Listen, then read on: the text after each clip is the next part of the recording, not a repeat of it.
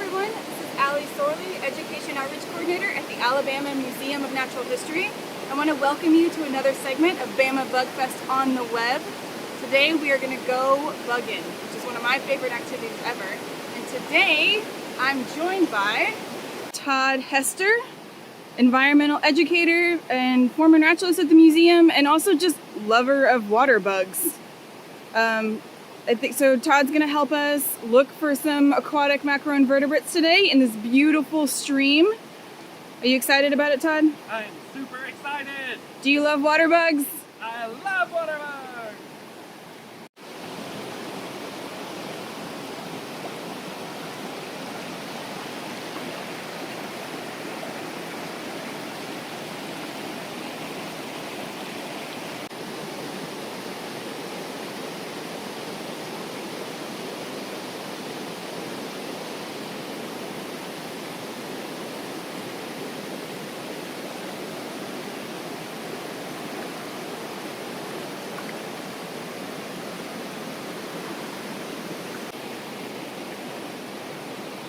What'd you find, Todd?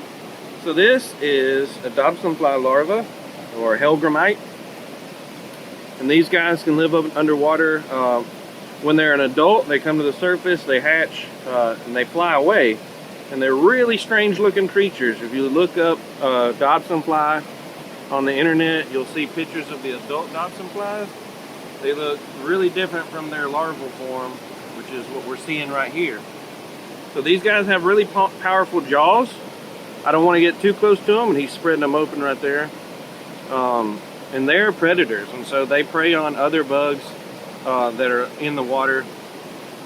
So they'll eat stonefly larva, mayfly larva, anything that they can grab a hold of, they'll eat in the water. So these are really important indicator insects. These guys are what we call class 2, or they're in the tier 2 level of pollution sensitivity. And so you have 3 different tiers, 1 being the most sensitive to pollution, 2 can tolerate a little bit, and 3 can pretty much tolerate any kind of water. So these guys are right there at the cusp of 1 and 2, so they're pretty sensitive to pollution. And since this guy's so honking big, we know that he's had a healthy ecosystem here in this creek for a while. These species, they live underwater. In the case of some, like dragonfly larvae, certain species of dragonfly larvae can live up to 7 years in the water as larvae. So if you're finding these critters, then you know that the water quality has been good for a longer period of time than you would just doing chemical testing. And so these guys are a really important species.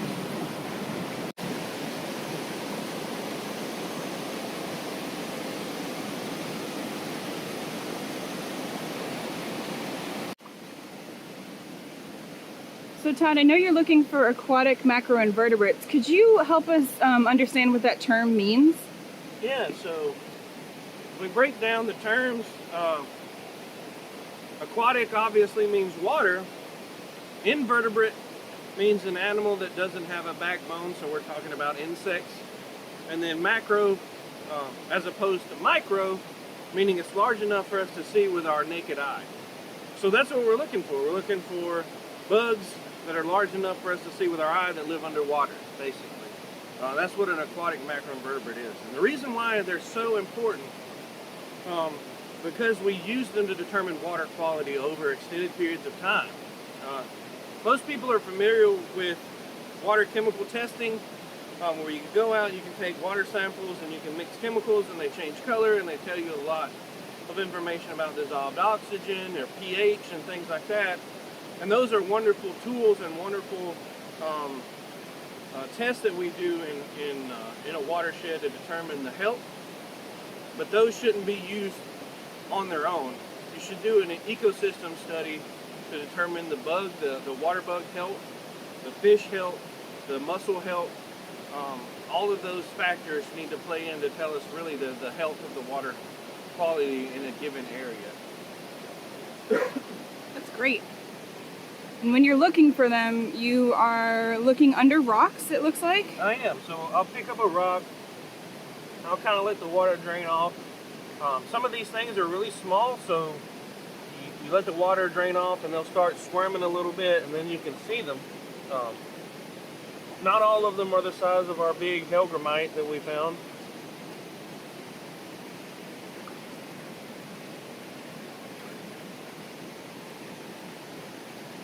So when you're looking, are you looking for things that are moving around and shapes that just don't look like a rock? That's what I'm looking for, yeah. Things Okay. that move around. You'll know it when you see it, kind of thing. Okay. Everybody's picked up something and found a bug on it. So you kind of know what you're looking at, what you're looking for. Some of them can be really hard. Some of these rocks have, algae and moss growing on them, so it's kind of hard to see. Todd, did you find something else? Did turned over this rock and we're finding some little stoneflies. They're hard to see, but you can kind of see them squiggling around a little bit. There's one right there. Yeah. And the stoneflies are really important. They're one of the smaller species. There's a couple of them over here. And these are what those hellgrammites will feed on. So they'll go underneath these rocks and they'll prey on these little stoneflies and other guys. Stoneflies are in that tier 1 category. I was going to put this guy back. Always try to put the rocks back how you found them, as close to how you found them as possible. Because that's their home, that's their habitat, and that's where we want to keep them. So tell me more about those stoneflies. So stoneflies, like I said, they're in that tier 1 category of aquatic insects, and so they are really sensitive to pollution. So if we're finding stoneflies, we're finding hellgrammites in here, or the dobsonfly larva. The water quality here has been good for an extended period of time. If there was a pollution event that came through, there would be no stoneflies here. So it's a really important find to find those stoneflies here.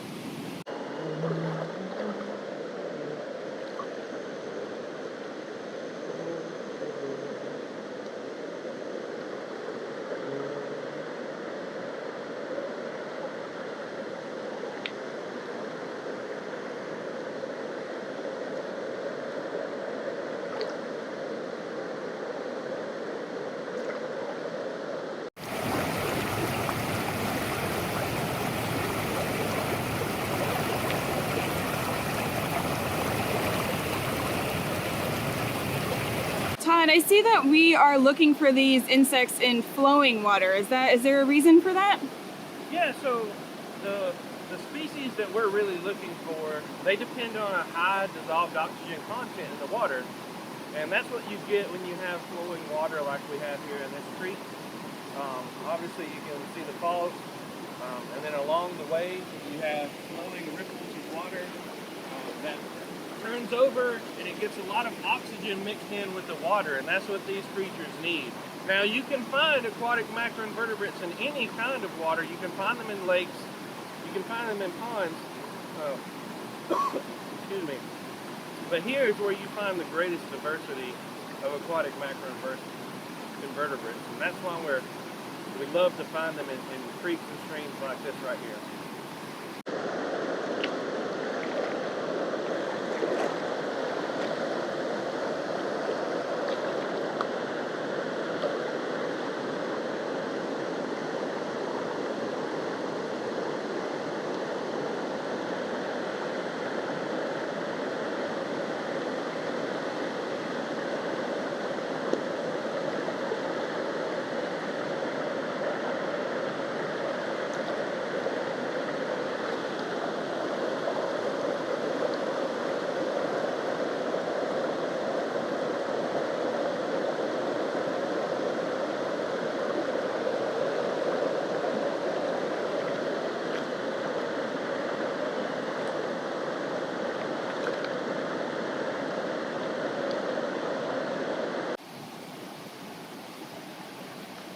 So Todd, if people want to look for these, oh wow, what are those? Big stonefly right there.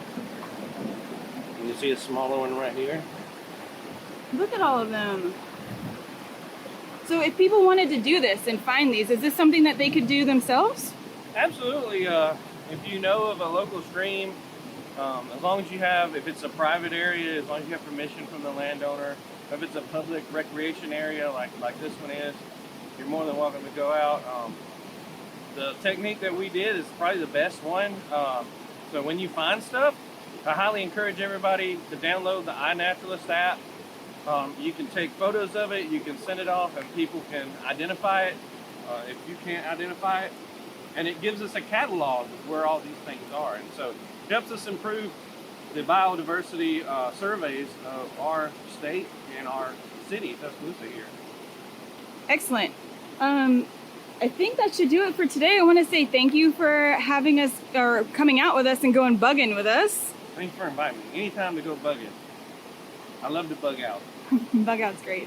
All right, well, this is again has been Todd Hester, environmental educator. Thank you so much for being here and spending some time and expertise with us. Awesome, and bug on.